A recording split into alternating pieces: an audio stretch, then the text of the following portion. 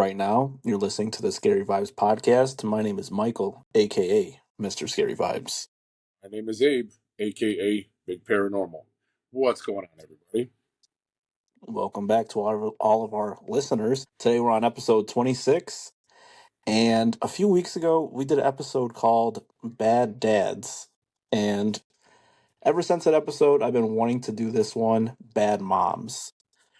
Yeah, But before we get into that, how have you been? What have you been watching this week? dude. As a matter of fact, I have, man. I had some time to myself this weekend, and I was actually pleasantly surprised to come across a movie on. It was on Tubi that I've actually never seen before. I'm surprised because it's kind of an older movie. Um, it was called Babysitter Wanted. It was made in 2008, and I was actually really pleasantly surprised with this movie because I mean, obviously, if you go off of just the title of it, right, you think that it's just like one of those babysitter slasher films. And they kind of set it up that way. But basically, you have this main character by the name of Angie. Angie is this college student who's kind of like a devout Christian, good girl, says her prayers and all that mess. And so she is, the type that wants to try to make some extra money and stuff. So she actually sees this ad that's on the bulletin board outside of one of her classes. And she basically grabs the phone number. They have the little strips with the phone numbers on them. You could tear them off. And so she ends up calling and setting up an interview with this family that basically has this young son. And they ask her if she would like to babysit for them, when they go out for date night. And so she agrees, and she's really excited, to start doing this part-time job. And she ends up going back to her school, and as she's going, through classes and whatever, she starts noticing that there's this bigger hulking guy that's been kind of stalking her, and you can't really see the dude's face. The camera is usually behind his head, but you see that he's got like scars all over his head and stuff. Um, but so automatically I'm like, oh man, I've already got this movie pegged, right? So this guy obviously is going to follow her to the house, which he ends up doing, right? And he ends up following her to the house, and then she starts getting these like hang up phone calls.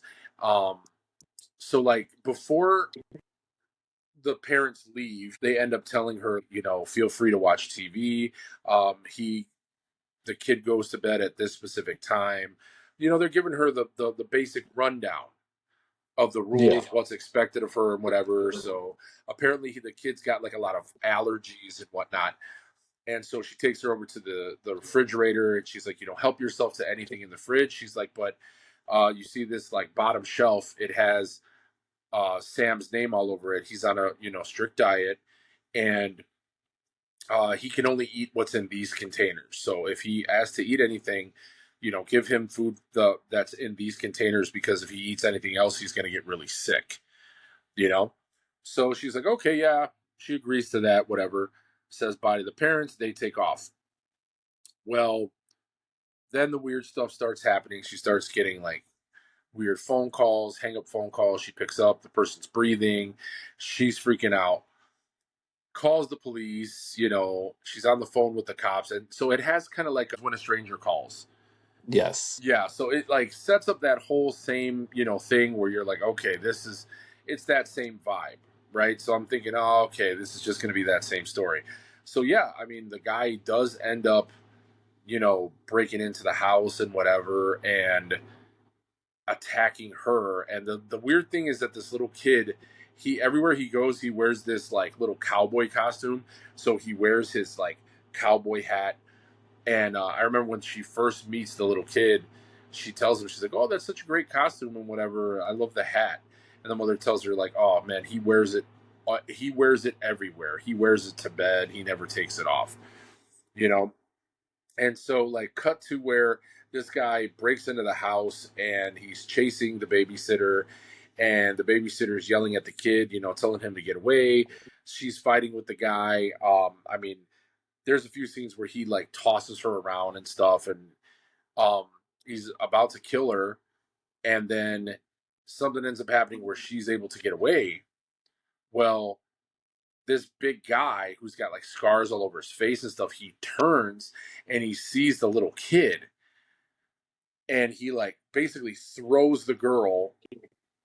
She slams into the wall, and then he runs over to the little kid and he like just grabs him by the neck and just starts choking the life out of this kid, lifts him right up. The kid's got to be like maybe 5, 6 years old, something. He's real little, and he just starts screaming evil, evil.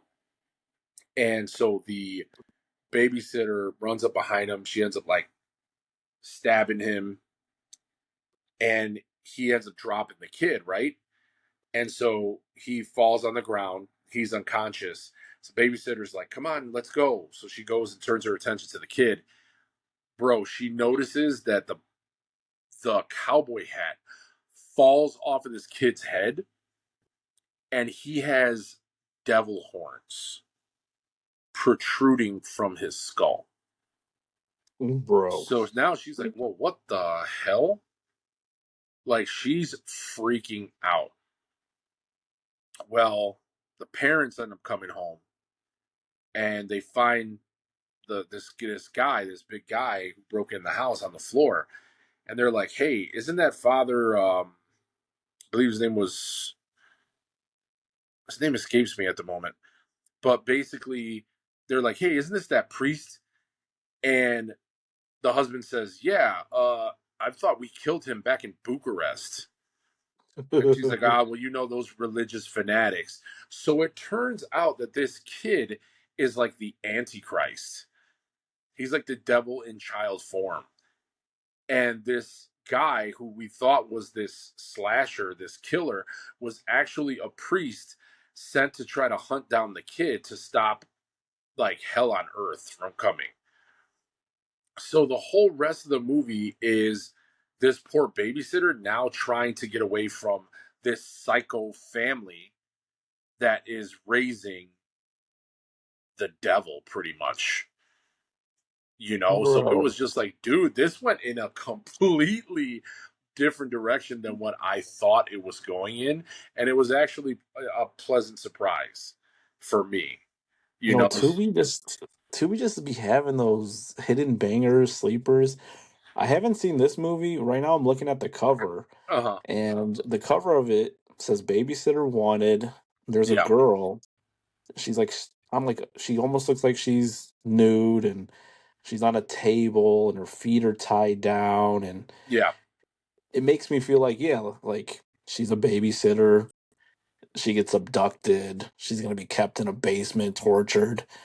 That's what I get off just the cover and the name. hmm But then, then it brings in the killer and then the kid. And then, weren't you saying the food, right? In the bottom of the fridge? yeah. So it turns out that the father ends up explaining to Angie, the babysitter. He tells her, "It's like, yeah, so that special diet that he's on, we got to feed him. We got to keep him fed. So, like, those girls that have been going missing that you see all over the news, yeah, that's us. Like, we've been killing, babysitters, and we've been feeding him because, unfortunately, kid only likes the meat of young women." So I'm like, Bro. bro, this is like twisted. It's crazy. But the kid is tiny. Like, I feel like eating all that protein, like, he should be jacked. I mean, yeah, he was like little, but he was still super evil. Like, later in the movie, he just like goes nuts, dude. I always hear, like, stories about, like, when you see those signs just, like, on the side of the road that say, like, sell your house for cheap or babysitter wanted. Mm-hmm. Those like weird classified ones that just anybody could do. Yeah, Usually just stay away from those. I hear too many stories. Just stay away. absolutely, man. I mean, that stuff's even worse than Craigslist. You know, Yeah. crazy stuff on Craigslist. But yeah, man, that's what I ended up watching. It was actually, like I said, it was a pleasant watch for me. I would actually definitely recommend it as something different. If people have nothing to do, go ahead and watch it. It's on Tubi. It's called Babysitter Wanted. But what about you, brother? You see anything lately? Anything new? Yeah, I did take my daughter to the movies to go see Freaky Friday, so we were able to see, one of the Scream Queens, Jamie Lee Curtis, in Ah, that movie.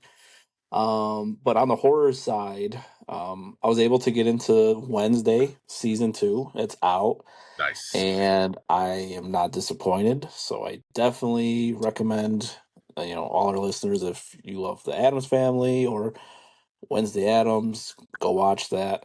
And then besides that, I've been watching a lot of podcasts, especially this one podcast. It's Mm, called, I think, Talks in the Crypt. okay. I watched one where he interviewed Kane Hodder, and then I watched another one with Danielle Harris. So, Like like I was for the people that don't know Kane Hodder or Danielle Harris, um, Kane Hodder was actually an alum who played Jason Voorhees, the hockey mask killer, in I believe it was four of the Friday Friday the the 13th, 13th. yeah, Friday the 13th movies. I honestly think he's one of probably the most popular um, actors that has depicted that character. And then Danielle Harris is actually famous for being in the Halloween franchise. Yes. Mm-hmm. So yeah, those were pretty interesting. Trying to think of a fun fact from both of them. So I guess Kane Hodder, he goes to a lot of conventions now. I think Mm-hmm. he's almost 70. And one of his famous moves is, I guess, he would always grab people by their neck and choke them. Mm-hmm. But he wouldn't ask. He would just do it. Okay. And a lot of people got a kick out of it. A lot of people got scared of it. People would bring their friends over and be like, "Hey, ask to take a picture with him," and he would just choke the f out of them. But I guess eventually caught up with him. He was talking about on that episode that he actually had hurt somebody, Ooh. and they're trying to come after him, and so now he says that he doesn't do that anymore. He just puts them like in a little headlock for a photo op. Okay. And then with Danielle Harris, I know she was talking about when she goes to events, um, people always want to pick her up. She hates it. Yeah, She's she's like, really yeah, tall. she's like, people always want to pick me up. They don't know boundaries. She was saying that, and also, yeah, being very short, she's always right there at armpit level.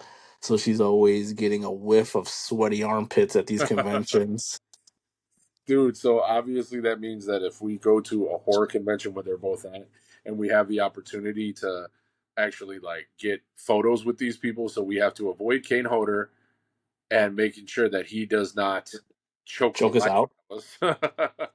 And then we have to be cognizant of making sure that we put on deodorant so that Danielle Harris doesn't think that we stink. And don't pick her up. Exactly. And don't pick her up. Yes. Even though no matter how much Um, you want to, because she's so tiny. We gotta respect. Respect, yes. So yeah, that's kind of what I've been watching. So I definitely recommend that podcast. I actually wasn't listening to it, I was watching it on YouTube. I think it was Talks from the Crypt. So I Talk. think it was yeah, it's pretty interesting. I'd recommend it. Okay. Um Definitely gonna have to so check that out. so that's kind of what we've been watching this week. Mm-hmm. Usually at this part of the episode, I would be getting into this week's topic, which is bad moms. Mm-hmm. But you have a very interesting inbox that you received recently. Oh yeah. Yeah, we recently just talked about this. So for those who don't know, I have an account on TikTok under the name Big Paranormal, big with two G's. And so like on that account, I usually post short videos talking about like my experiences as an empath, the things that I experienced, taking on energy, negative energy, whatever, tips and tricks, things that can help, that I find that help me. Um, and I also talk about, other paranormal experiences that I have had. And a few days ago, I ended up receiving a message request from somebody that I believe that is one of my followers on there. Now, mind you, I've never spoken to this woman before, and she reached out to me saying that she needed help. And so, of course, right off the bat, I'm like, oh, geez, like, what's going on? So it turned out that she said that she was being spiritually attacked. And if I sense, she wanted to know if I could sense anything off of her, any bad energy. Um, and so at first I asked her, how, why is it that you believe that you're being attacked spiritually? Um, and then I asked her if she's, consulted with any type of experienced spiritual practitioner that can maybe help her. And I mean, I didn't receive any messages back for like a couple days, but then late at night, I mean, it must have been like 2 in the morning that she ended up sending me a message, and I saw it the next day. And she said that she was actually physically, she's been attacked, and I mean, I felt horrible because I've experienced things like that before, maybe not to such a bad degree, but she said that she had, bruises, and um that she had, black eyes from being spiritually attacked. And Damn. yeah, dude, like really bad stuff. And so right off the bat, being an empath and being susceptible to energies, I'm already hesitant, right? I'm already hesitant to involve myself in any way, shape, or form, because in the past I've had situations where even just talking to somebody that has been that is being attacked spiritually, the bad spirit will turn its attention on me, and then it'll come and it'll attack me. So that's something that I try to avoid, especially because I'm an empath. I am not somebody who is like a spiritual healer. I am not a person who knows necessarily how to get rid of these really bad spirits, right? These really strong entities. And so obviously, I reached out to her and I told her, I was like, I'm really sorry that you're going through all this. I feel bad. And um, so she was like, do you feel any energy off of me? And I was honest with her and I told her, I said, well, no, I don't feel any energy off of you. Um, but I mean, that doesn't necessarily mean anything. I mean, that could mean that she's, really far away. I have been able to pick things up off of like photographs, and Yeah. sometimes just being on the phone with somebody, like even through text, would like I would feel something. I hadn't felt anything from her. Um, but she said that there was I guess a person that was a spiritual practitioner who was pretty good, and she said that for whatever reason, this person was not answering her calls. Um, Hmm. and so she had asked me if I knew of anybody that could help. And I mean, right when you get asked that question, like right then and there, I'm thinking, I don't know, right? Like this is pretty crazy territory now, because she literally told me that she was apparently there was somebody that she knew of that was very close to her family that did blood magic, which is extremely dangerous. And apparently, like, man, I hope I'm not crossing any boundaries, but she told me that somebody died as a result of this blood magic, somebody close to her, and that she was afraid that if she didn't get any help, that she herself would die. So right off the bat, dude, I'm just like, whoa, this is really, really, really intense, right? And I thought for a while, because she was asking me like, oh, can you, send me your number so I can text you? I'll send you the photos of me like as proof to show you that like I'm being attacked physically by this thing. And so, in order to kind of keep a boundary between me and this thing, I opted not to do that, right? Um, just because, again, for fear that whatever this entity might be might try to attach itself to me and might try to come through the technology and come at me for even trying to help her, But Fortunately, I did remember that I do have a friend that is a very strong spiritual practitioner and has done some amazing, amazing work over the years. And so I had reached out to her first and said, "Hey, listen, I have this follower of mine that, reached out to me and she told me this is what's going on. Would you be okay if I had her reach out to you?" And immediately she was like, "You know what? Absolutely. Give her my information, tell her to reach out to me, and I'll do what I can to help her." Which that was a huge sigh of relief to me. I know that she's going to be in good hands with this person because I mean, this person is like ridiculously just in tune with spirituality. Is very seasoned, has done cleansings, and gets hired routinely um, to be able to do exorcisms, not only just on people but like on actual places, right? Actual buildings that have really bad energy. She's been like contracted to go and clear out bad spirits from like haunted locations, you know. So Yeah. I mean, it's been a couple days and I haven't heard anything back from this person.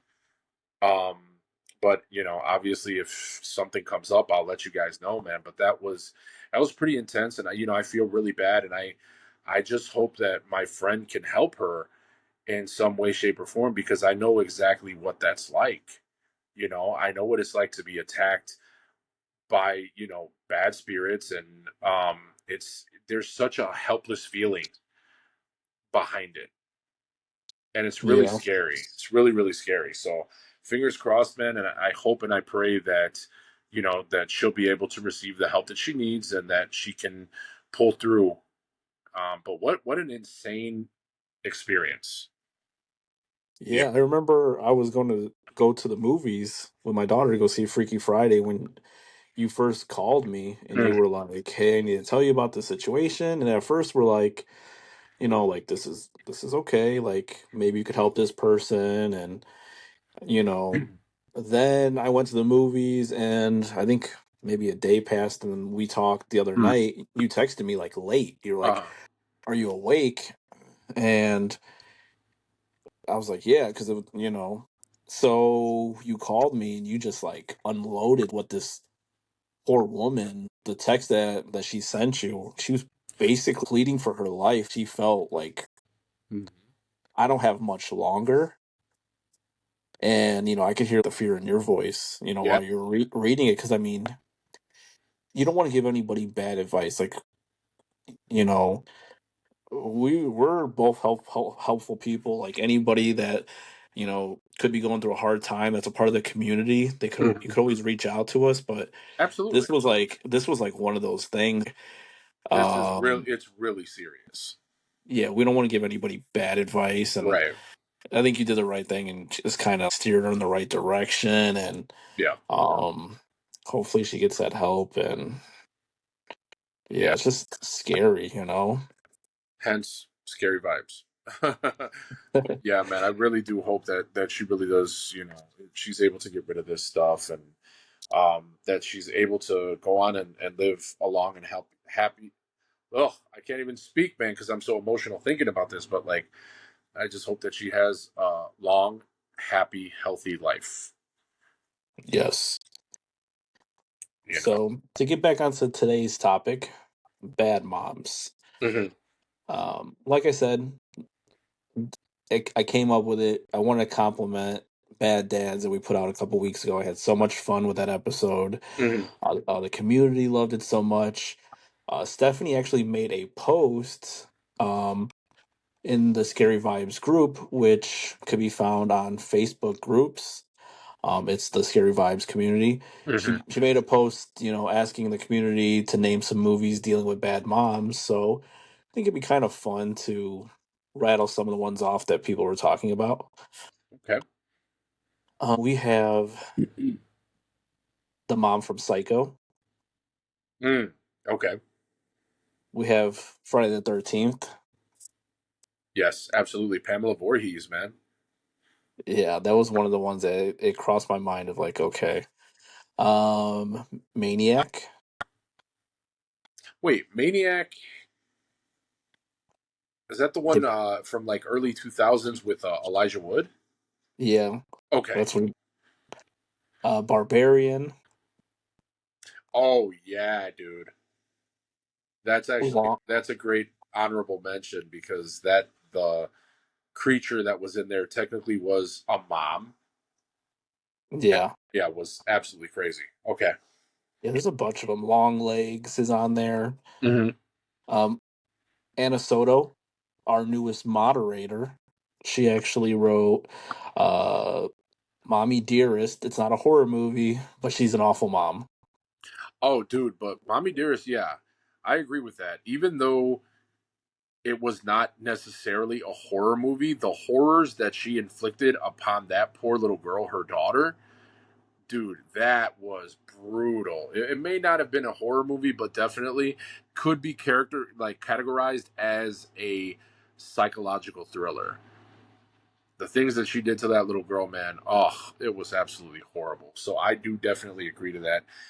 Shout out to Stephanie and shout out to Anna. Yeah, and right now I'm just going through when I was looking for this post because this was posted earlier in the week so that we would have it for this week's episode. Mm-hmm. And there's just so many fun posts on here. There's a lot of like trivia. Stephanie made this one post. It's like it's a time machine. It says, "Step inside my time machine. The year is 1997. Mm. What two horror movies are you renting?" Ooh, 1997. Yeah, some of the responses were Alien Resurrection, Ooh, great one. Wrong Turn 2, Okay. Scream 2, Kiss the Girls. I've never seen that one. I don't think I've seen that one either. If I'm not mistaken, I would have actually probably went to the movies to see um I Know What You Did Last Summer. Yeah. A lot of people were saying Scream 2. I remember seeing that one in the theaters. Mm-hmm.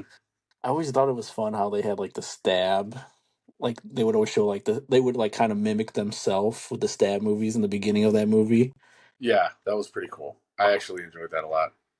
That was fun. But yeah, basically looking for that post, I'm just scrolling through it and there's just so many fun posts on here. You could literally spend hours and hours. Dude, It's one of the just things that I really enjoy that they do is I know that Stephanie periodically will put up like guess the movie. uh-huh. And so she'll either take like a tagline from the movie or literally just put like a list of the characters that are in the movie, and or they'll take like different stills, different pictures from a specific movie, and then bro, people they seem to love it. They're you got a lot of involvement from the group members on there. They're pretty fun. No. No, it is fun. Literally, if you're on lunch break or you just got some time to kill, you love horror movies, log on there. There's tons of trivia. You can respond, not respond, like things. It's just fun. Yeah, and even if you're looking for a new movie to watch or something, just put a question on there. There are tons of people. We have how many members, Mike? Now, Oh, we are inching towards excuse the me. we are inching towards the 200K. We're at 199.2. Oh my goodness, we are almost there. I am hoping to get there before Halloween. That would be like my Halloween Christmas gift. Nice. Oh, you know what? Actually, I do have a fun story too. Oh, I good. totally forgot about this. Well, it's not like creepy fun, but it's kind of like it takes a shot at my man card, but I guess I'm so comfortable with myself that I don't really care. I think it's kind of funny. So, this week while on being online, I saw that Corpse Bride did a collab with the Monster High dolls. And I was like, man, this doll is cool. It's the bride. There's like a worm coming out of her neck. It's like a real nice collector's piece. And so I was like, okay, like I want to get it. So I look into getting it, but the only way to get it is so you have to go on to Mattel.com. Uh-huh. And I guess there's a membership. You have to be a part of the Monster High membership, which is $9.99 annually. Okay, Mm. so I was like, but you get to like get the dolls first. Oh, And while I was looking at at this doll, I saw that they did like a collab with Megan and a bunch of other horror icon women and whatnot. And I was like, you know what? These wouldn't be that bad to kind of just collect. Or I actually do have an idea to do some giveaways for the Oh, podcast. okay. So once I get it, I'm going to decide. But I plan on doing some giveaways on some things that I've been collecting over these last few weeks.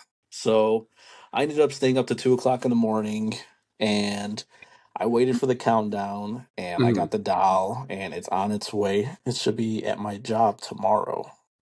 That's what's up, man. That sounds like a great idea. It is. Yeah. So be on the lookout for some giveaways that we're going to be doing soon. But okay, tonight's topic, bad moms. Yes, sir. I chose a movie, and usually I know you'll be like, okay, I got a movie from 2002, like last week Hmm. when you did Gothica, Hmm. and then I was like, okay, I got a movie from the 80s. I'm going to take it back. Well, I guess I'm going to take it even further back Okay. to 1976. Whew. The movie Carrie, Yes. so iconic, Classic. Love it. written by Stephen King. This movie, this was one of those movies that, if anyone knows my story of how I got into horror, I loved it. I loved horror movies since like the age of 3. My mom would try to like, oh, you think you like horror movies? You're gonna watch this one. You're gonna watch this one. And Carrie was one of those movies. Probably around the age of like 9 or 10, she was like, okay, like horror movies. You're gonna watch this classic. You're gonna watch Carrie. Okay. So Carrie, you get introduced to Carrie White. She's played by Sissy Basic. Yep.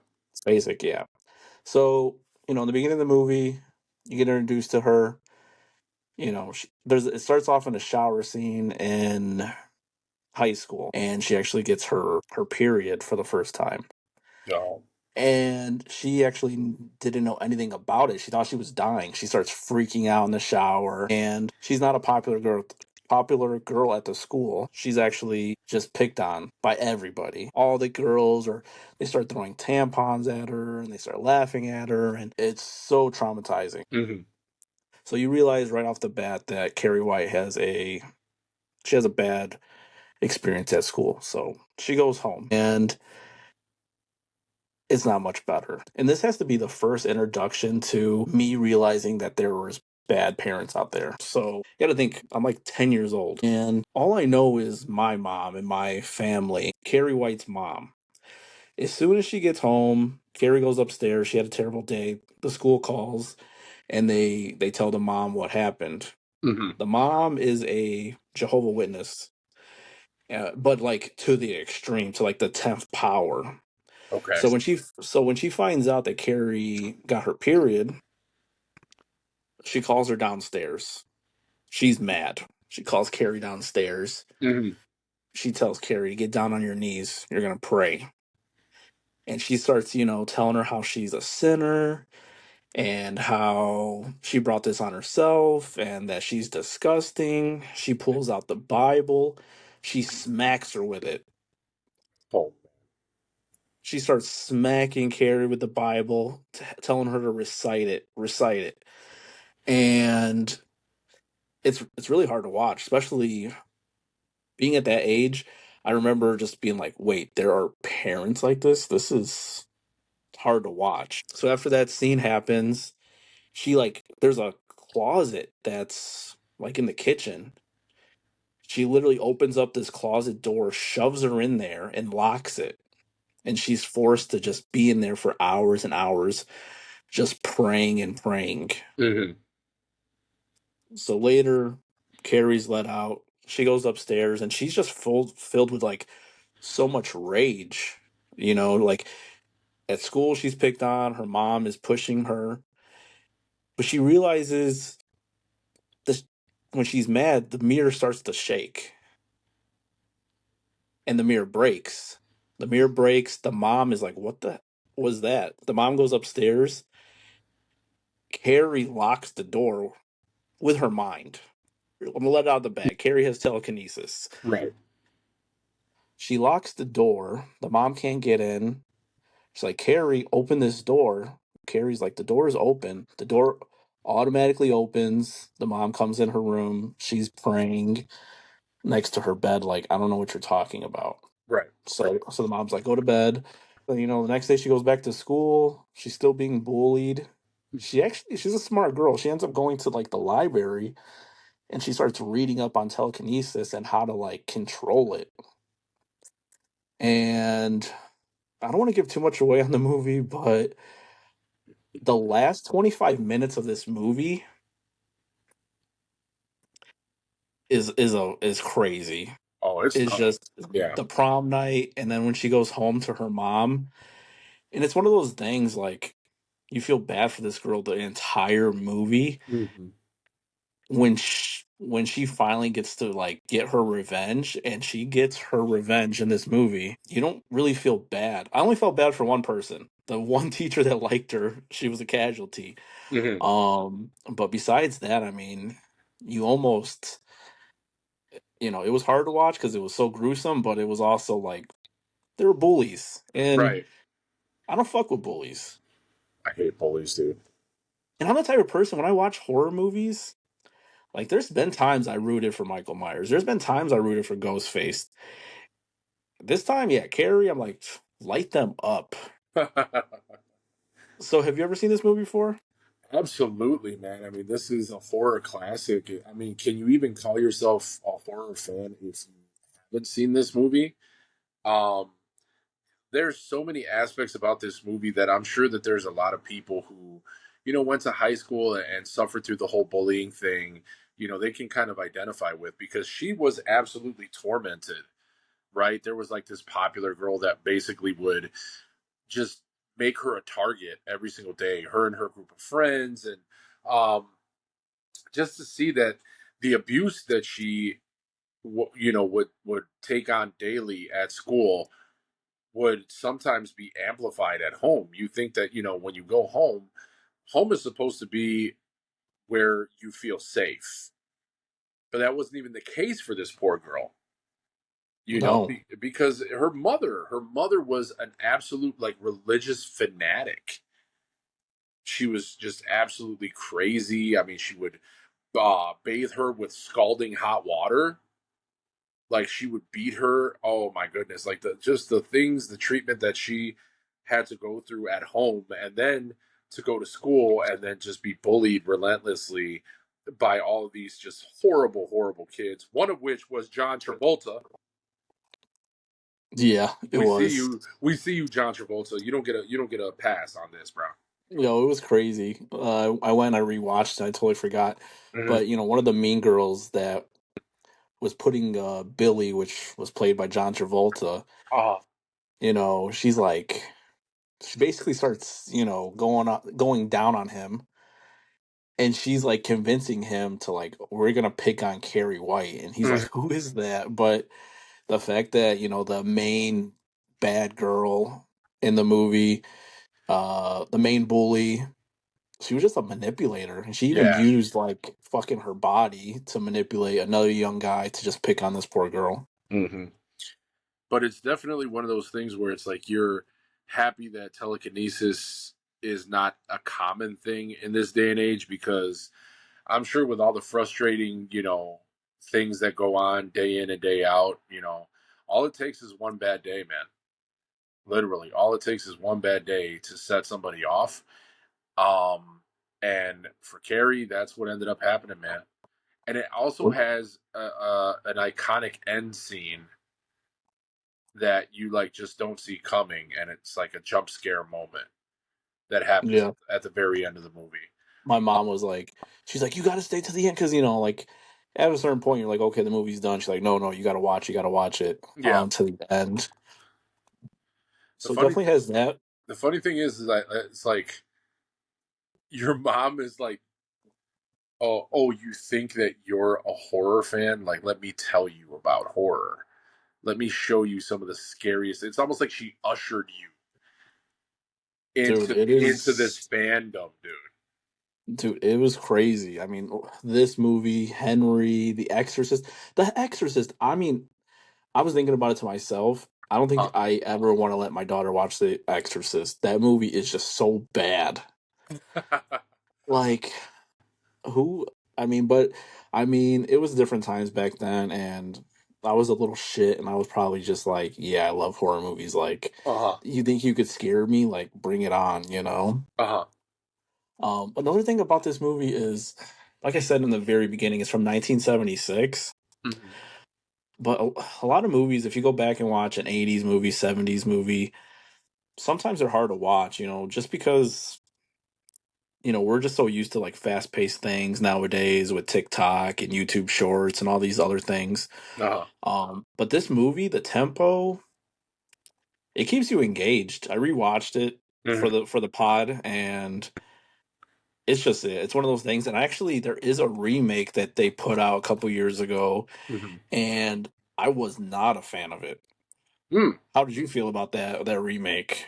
About, yeah, the Carrie movie, I believe it was called The Rage, No, right? that one was like, I think, like a sequel, but there was another one just named Carrie. Oh, okay, yeah, I Um, think that's the one with 2013. yeah, Chloe Grace Moretz was the one. Chloe Moretz was the one who ended up playing her. Um, Yeah, I mean, look, man. My thing is that if you're going to remake a classic, don't try to put like your own spin on things and whatever. Sometimes modernizing a classic is not the move. There are things that about like a specific age, like a period piece movie, that make it like just kind of add to the charm yeah. to it. You know what I'm saying? And modernizing, a classic movie doesn't always work. And I kind of feel like that is what happened with that remake. I mean, there Exactly. was Yeah. just something about the way that Sissy Spacek, when she rages out and like just starts attacking everybody in the gym, at the school, and the look, right? Just this like empty look in her eyes, and the way that she would turn her head, right, and just make these things happen. You can't duplicate that kind of charisma, man. You just can't. Yeah. No. Yeah, she's an amazing actress. Mm-hmm. Yep. And a One of the veteran best to actress. ever do it. She's awesome. But the fact that she was able to bring life to a Stephen King book, right, film Mhm. adaptation, absolutely amazing. So if you haven't watched it, you guys need to go watch it. You have to, seriously. So big paranormal. Yes, sir. What movie do you have for us? So I actually went in the opposite direction this time, man. I always usually take it back, but this time I opted to choose a movie that is literally only like 2 years old. It was made in 2023, and my choice was Evil Dead Rise. And the Ooh, reason why I chose this movie was because the lead actress, Alyssa Sutherland, right, who plays the mother figure in this movie, Ellie, bro, her performance in there was absolutely amazing. Now, for those that aren't familiar, Evil Dead Rise is let's see, I think it's about the fifth or the sixth film adaptation, right? That is in a part of the Evil Dead franchise, right? Because you originally had um, Evil Dead, which was in 1982, I believe. The original Evil Dead, they did Evil Dead 2, and then the third adaptation, let's see, it was Army of Darkness, which is a huge favorite of mine. You get yeah, introduced to this character, Ash Williams, and you follow him throughout this trilogy. Um, but Evil Dead Rise goes in a different direction, and it has characters that are not included in the original trilogy, which is something that I kind of appreciated about it, right? yeah, But you basically have this single mom who lives in this apartment building in like a big city like New York, right? Which is completely different from the original trilogy, which usually like The original movie took place in a cabin out in the middle of the woods, in the middle of nowhere. This actually took place inside of an apartment building, right? So basically, you've got Ellie, and she's got her two kids.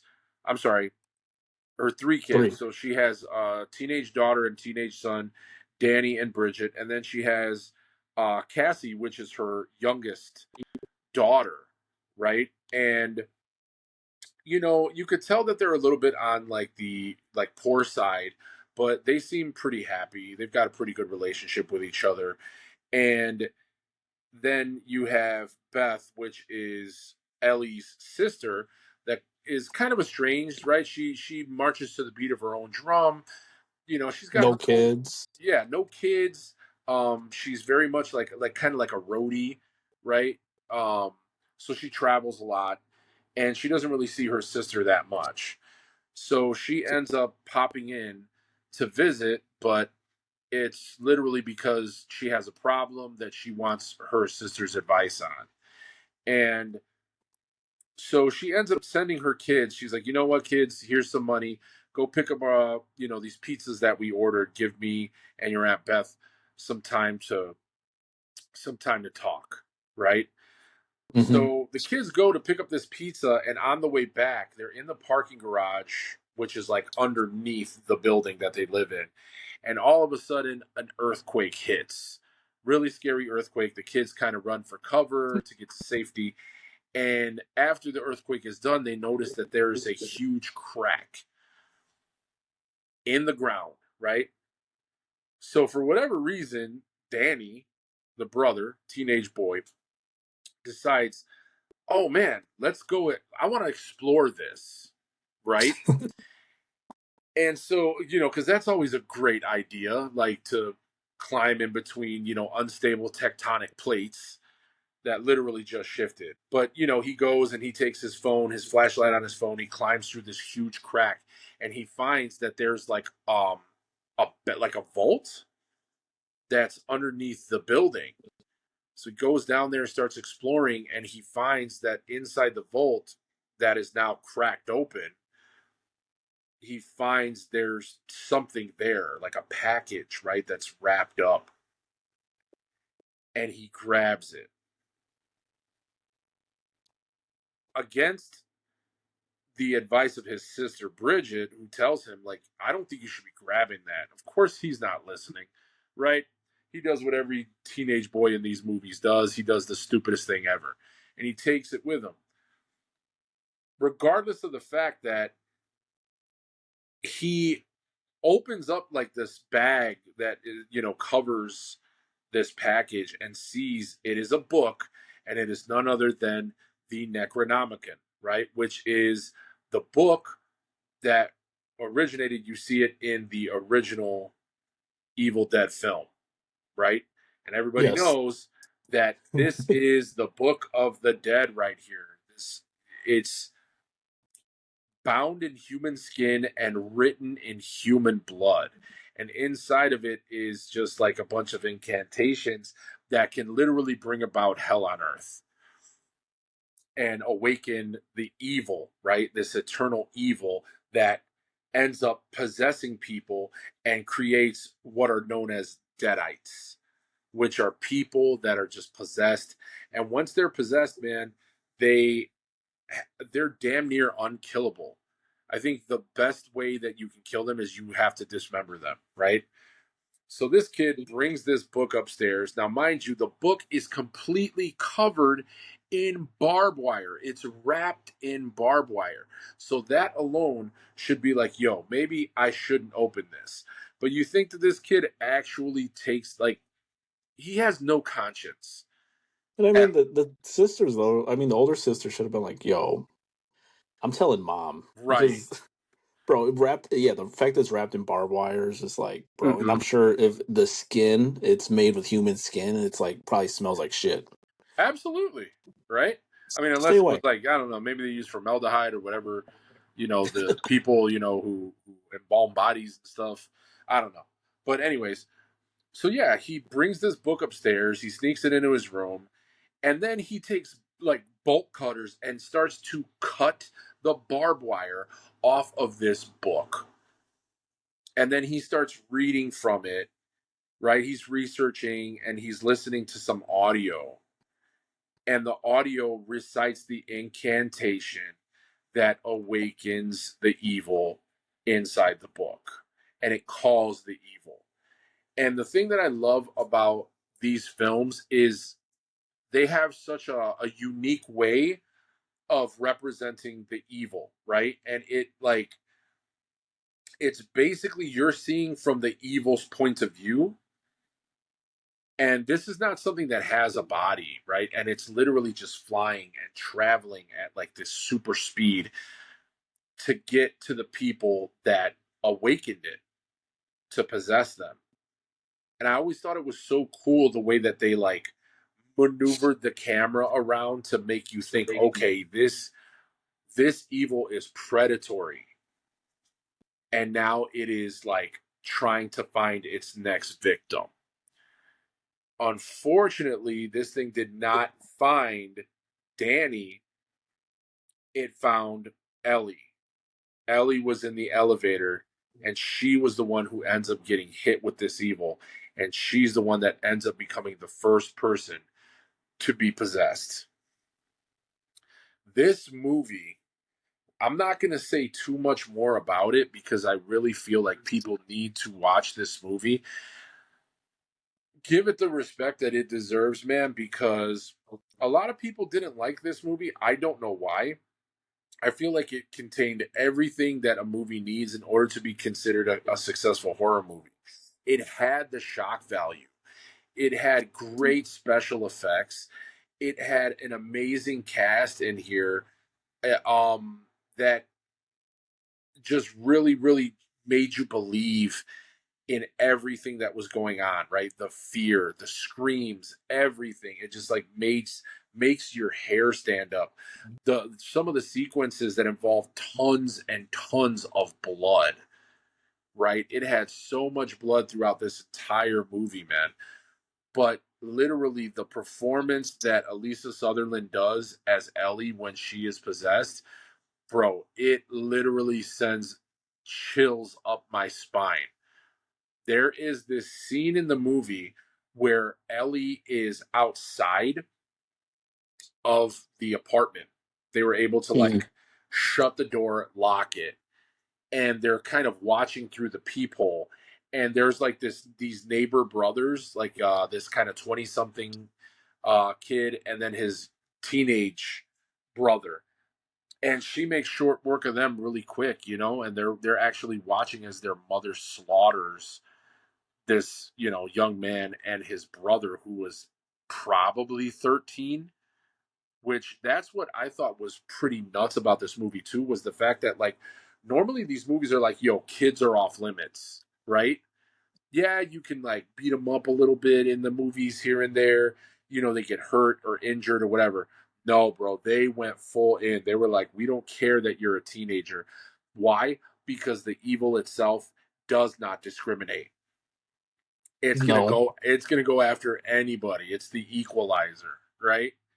And so there were some pretty crazy scenes in here that had to do with, these kids getting hurt, some of them getting killed, some of them getting possessed. It was absolutely just nuts. It's a wild ride. Did you watch the movie, man? Have you seen it? Yes, I've seen it and I rewatched it, and yeah, I love the Evil Dead movies. They they always have just a dark, they always just kind of stick to like a same type of format, and they're always dark and they're always creepy. Like you said, Ellie, she's like a devoted mother. She's, single mom. Mm-hmm. She's great, and then when this demonic force like takes a hold of her, Mm-hmm. the main thing is her appearance. It's like sticks in my brain, like her skin, like her pale skin, the black veins like in her face and her Mm-hmm. arms, Yep. and just like that, like predatorial grin. Oh That's God. just like, oh, she just does it like so well. She's just another one of those actresses that just nailed the role. But like you said, this is a psychological horror movie. It deals with possession, transformation. The mom was just evil. It just goes to what tonight's topic is about. Mm-hmm. There's parts of the movie when Ellie's taunting the kids, like Yeah. being mean, like mommy's with the maggots now. Or there's times when she's being very manipulative, like where Mm-hmm. she's trying to trick them. She'd be like, "Come to mommy, sweet thing. Right. She's Let me telling make it all Cassie. better."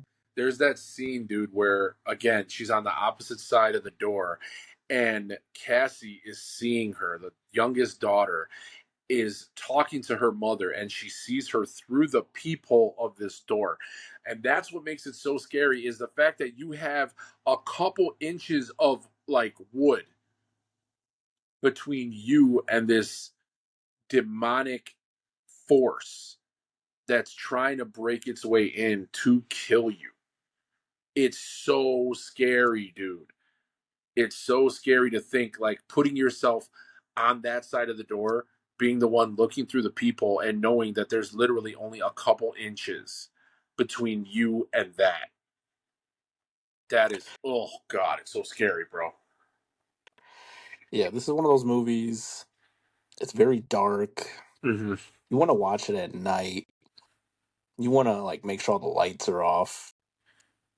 You want to have the sound kind of at a good level so you could hear just all those like these Evil Dead movies. They're just always masterpiece. They always put so much work into them. It's Yep. hard to find anything bad ever with them. They're masterpieces. Must watch. Yeah. You They know. really went, dude, they went above and beyond to try to just get you to cringe. So I felt like there were so many parts in this movie that made you literally cringe. Ugh, there's a scene where somebody who is possessed ends up taking a bite out of glass, chewing it up, Oh, swallowing it, and then you literally can see the skin as they swallow in their throat. Like it looks like the glass wants to pierce through the throat. Oh God, dude, it's so bad. Oh man.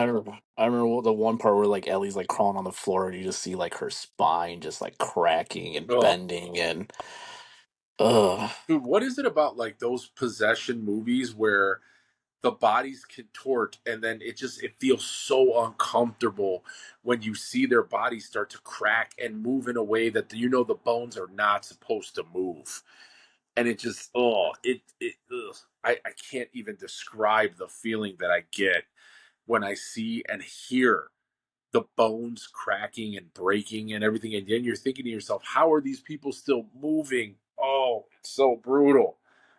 It is so brutal. But yeah, definitely I had a lot of fun rewatching this movie. And I think that, for definitely for the people who love gore, this is definitely where it's at. There is a Tons lot of of it. there's a lot of gore, there's a lot of stabbings, just crazy stuff in this movie, but great, great effects. It's awesome. This movie is also available, I know right now, on HBO Max. So if you haven't watched it, I know Mhm. it's on there right now. Yeah, so HBO Max, we're giving you a plug right now. Reach out to us if you want to sponsor us. That would be awesome. so so usually this is, we cover our movies, we say our goodbyes, Hmm. and that's usually the end of an episode. Yes. But there was a story, me and you were driving, and you were listening to what, a podcast? Yeah, man. So I ended up coming across this clip um online that had to do with the probably the craziest survival story that I've ever heard, man. And it's a true crime story. And I remember I called you. I was like, dude, I got to tell you about this story because it was unreal. This So, no, it is unreal, and I want to.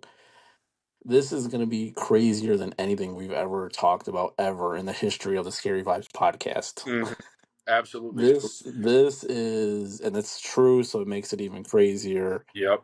What kind of trigger warnings are we talking about? Maybe Bro, some people shouldn't listen. I was gonna say trigger warning of all trigger warnings, man. This story has to do with kidnapping, it has to do with assault, it has to do with battery, it has to do with rape. If you listen, it has to do with some gore. But ultimately, when you guys realize what this poor girl went through and her will to survive, it's absolutely amazing. A crazy just survival story. But with that being said, listen, guys, I'm going to go ahead and I'm going to start this story. And like I said, if you don't want to hear about all that crazy stuff, then go ahead and click off. But so the story is, if you guys want to look it up, the woman's name is Allison Botha, right? And so basically, this story ended up happening back in 1994 in South Africa, right? So I'm just going to get right into it. I'm not even going to really go into like all the small details, but basically, um, this woman Allison ends up meeting these two guys at a bar, right? Doesn't really think anything too much of them. She knows them kind of like from being around and whatever. Um, and they had like these really weird names because again, this was in like South Africa, right? So their names were Franz du Duloit, Franz Duloit, and Thunes Kruger, right? So they end up basically convincing her to come back to their apartment, one of their apartments, and like start drinking and smoking weed and doing all the things that young people do. Um, well, it doesn't take too long before they end up assaulting her, right? They end up beating her really bad and they rape her repeatedly. Again, I'm sorry for the just the graphic nature of this, but this is what this poor woman went through, right? So they had raped her repeatedly. They beat her repeatedly. They stabbed her 37 times in the abdomen. 37 times. And as she lay dying, basically one of the guys, Thunes, was so afraid now. He was like, "Listen, we're in it now." So he ends up going over to her to make sure that she's dead, and he repeatedly slits her throat. I believe the count was 9 times that he slit this poor girl's throat. Right now, they believe her to be dead. And for all sense and purposes, she was dead, right? So they end up loading her up in their vehicle. Halfway to their destination point, Allison wakes up in the back of this vehicle, right? And she is awake, but she's plays dead, right? Because she does not want these people to know that she's still alive. So they get to this point, this really like rustic area where they're planning on getting rid of her, what they believe to be her dead body, right? And so I believe, if I'm not mistaken, they do end up slitting her throat once again, like just for good measure to make sure that she's dead. But they end up tossing her over this like cliff, right? So she loses consciousness. Miraculously, she wakes up at the bottom of this cliff. She's still alive after being attacked, raped repeatedly, beaten mercilessly, stabbed 37 times in the abdomen, and then having her throat slit multiple times. She wakes up at the bottom of this like cliff, right? And she gets up. She finds the strength to kind of sit up, and she looks around. It's dark, and she stands up. And as she stands up, she recollected that like she started to feel like her feet were wet. So she didn't know if she was standing in like some mud or like some murky water. So she ends up looking down and she sees, again, trigger warning, guys, I'm really sorry, but she sees that her intestines have fallen out of her stomach through the multiple wounds that she had in her abdomen from being stabbed 37 times. She was disemboweled. Her guts literally were hanging down to her feet. So this poor girl, she locates her clothing because they tossed her clothes. She was like semi nude, I believe. And so, get this, Mike. She Hmm. grabs her intestines and Ugh. she shoves them back into her stomach. And then she Bro, takes, I believe she takes her shirt and she wraps it around her abdomen and ties her shirt to like basically keep her, oh my God, her guts from just falling out. if I would have seen that, I for myself, it's kind of strange when I see other people. I don't know if I'm just desensitized. Mm-hmm. It's wild to see, but when it's myself, Yeah. I get a fainting feeling sometimes, just disgusting things, you know what I mean? So I could imagine if I seen my intestines hanging from my stomach, I probably would have just blacked out right then and there. So this woman is crazy. Go on. So she ends up miraculously, I don't know how she found the strength, man, but she climbed up this damn cliff, right? Hmm. So she climbs up this cliff, and once she gets to the top, it's still kind of, it's dark outside. And at one point, she says that, like, as she's looking around, that her vision gets completely black, right? So she's thinking that there's something either over her eyes or something wrong with her eyes, right? Now, trigger warning, Hmm. guys, this is probably the worst part. So she reaches up to touch her eyes to see if there's something blocking her vision and realizes that her head has fallen backwards Mm. because her throat had been slit so many times that literally the only thing that was keeping her head from falling off was her spinal cord. So her head was backwards. It fell off the top of her body and was just hanging there. She reached up and she grabbed her head and put it back to where it should be. And then she proceeded to hold her neck in place while she walked. I believe it was 2 miles to get to an actual road. And from what I remember, she tried to flag down a couple cars and people just passed her up. This poor girl is covered in blood. I mean, you know what? I'm not so sure I would stop either, just because think about that. Picture that in your mind. You're driving on a long stretch of highway out in the middle of nowhere, and you just see this random girl who is nude, pretty much, right? Covered in blood, holding her neck. I mean, I wouldn't know what to think either, right? Yeah. That's absolutely insane to think about.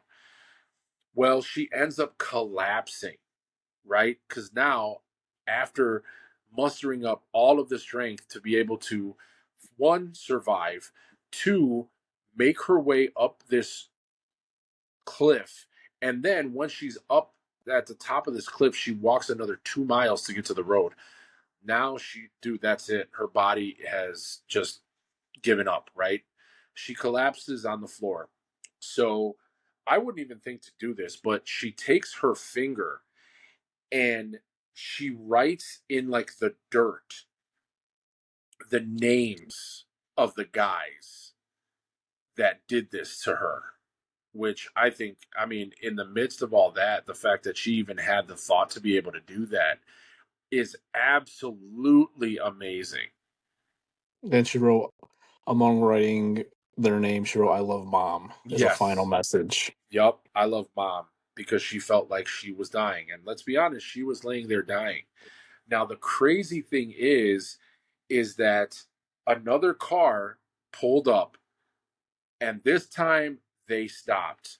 And it just so happened to be a car that was filled with college students right? There's like four of them, one of which happened to be a veterinary student. This veterinary student used what he knew of his, from his medical training to try to keep her alive as best he could. Right now, mind you, Allison could not speak because her vocal cord was completely severed. Right.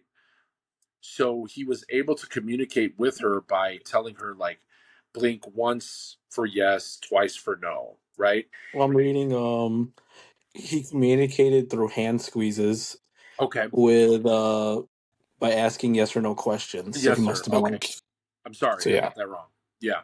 So they were able to, they called, somehow they were able to get word out to the paramedics, but I mean, it took them a really long time.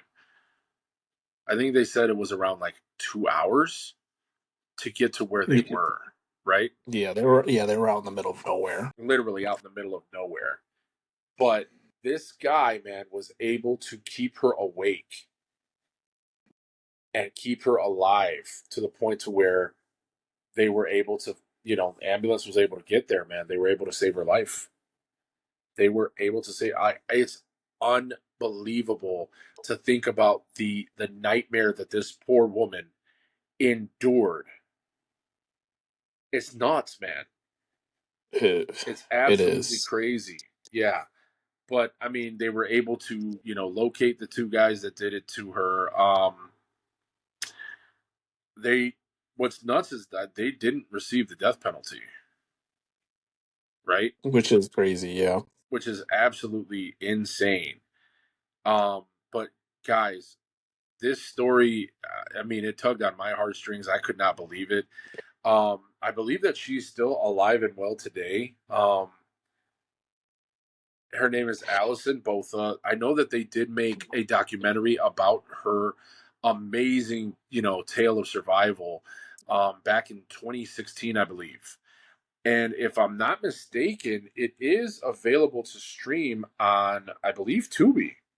Yeah, it's on Tubi and it's also on Apple TV. It Mm-hmm. looks like Allison also wrote two books, some bestsellers. I Have Life, written in 1998, Mm-hmm. and Fought for Tough Times in 2002. Yeah. She also traveled to 35 different countries telling her story.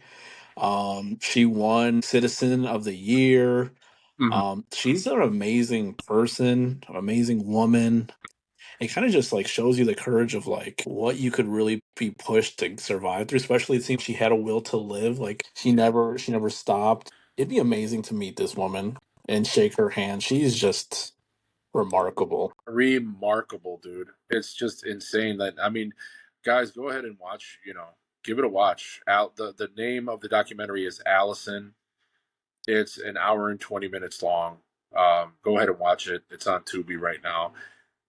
But yeah, absolutely crazy. Just a crazy story. You know, so glad that she was able to survive, man. But I mean, just to Oh, I also see that despite fears that her reproductive organs were damaged, she actually gave birth to two sons, Daniel and Matthew. So hey, she actually became a mother too. So that's amazing. great news. Yeah, that's amazing, dude. I believe she was able to regain, like, I think she was able to speak again after that. I don't think she lost her voice. Yeah, she's yeah. Oh, I saw that, pictures of her. You can see the scars, but they did a great job. Honestly, the reconstructive surgeons and everything, they did a great job. Like, she's got, like, you can see the visible scars and whatever, but they're very minimal, which I thought was insane, dude. yeah, I remember you telling it to me, and we were definitely on edge on sharing that with everybody because it's so graphic, but at the same time, her story is amazing. So, Mm-hmm. it would be almost a crime not to tell her story and just put out, what type of evil is out there. There's evil in movies, Mm-hmm. but then there is evil in real life, you know what I mean? And that's more scary than anything else. I definitely want to thank all of our listeners. We've been growing I'm very happy with that. I appreciate the listeners, people who are commenting, people who are sharing. Like I said earlier in the episode, I want to do some giveaways. Spooky season is upon us. For that, man. Definitely looking forward to spooky season. The weather too. Oh yeah. Oh yeah, dude. It's hot today, dude. I cannot wait for that fall weather. So I think that's going to be an episode. My name is Michael, aka Mr. Scary Vibes. My name is Abe, Big Paranormal. Take care, everybody. See you next time.